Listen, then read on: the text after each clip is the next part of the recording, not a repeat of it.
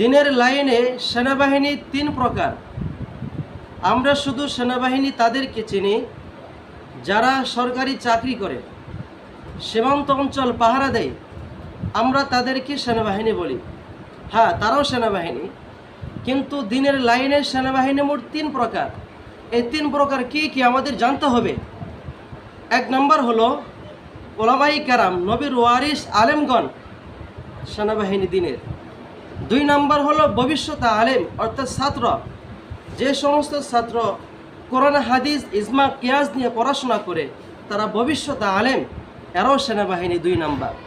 তিন নম্বর হলো যে সমস্ত জনগণ আপনারা আলেমদেরকে মহাব্বত করেন, আলেমদের পাশে থাকেন, মসজিদ মাদ্রাসাকে টিকিয়ে রাখার জন্য টাকা পয়সা দান করেন, মেধা দিয়ে শক্তি দিয়ে আপনি শ্রম দিয়ে সহযোগিতা করেন, আপনারাও সেনাবাহিনী।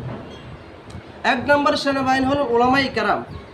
সেনাবাহিনী শব্দের অর্থ হলো যোদ্ধা, যুদ্ধ করা, সংগ্রাম করা। যখন আপনাদের ইমান চুরি করার জন্য নাস্তিক কাফির ইহুদিরা পায়তারা শুরু করে দেয়, তখন ওলামাই কেরাম তাদের বিরুদ্ধে যুদ্ধ ঘোষণা করে।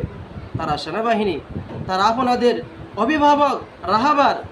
দুই নম্বর হলো ছাত্র, তলবে আলেম, যারা ইসমা কিয়াস কোরআন সুন্নাহ নিয়ে পড়াশোনা করে, তারাও সেনাবাহিনী। তিন নম্বরে আপনারা আছেন যারা আলেমদেরকে মহাব্বত করেন, পাশে থাকেন। তাহলে দিনের লাইনের সেনাবাহিনী মোট তিন প্রকার আমরা জানতে পারলাম।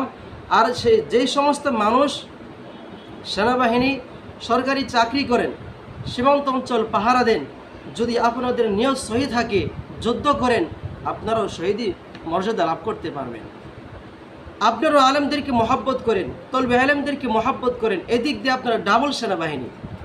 আল্লাহ তাআলা আমাদের সকলকে, ওলামায়ে কেরামকে মেধা দিয়া, শক্তি দিয়া, টাকা পয়সা দিয়া সহযোগিতা করার তৌফিক দান করুন এবং মাদ্রাসা মসজিদকে টিকিয়ে রাখার জন্য আল্লাহ তাআলা আমাদের সকলকে কবুল করুন।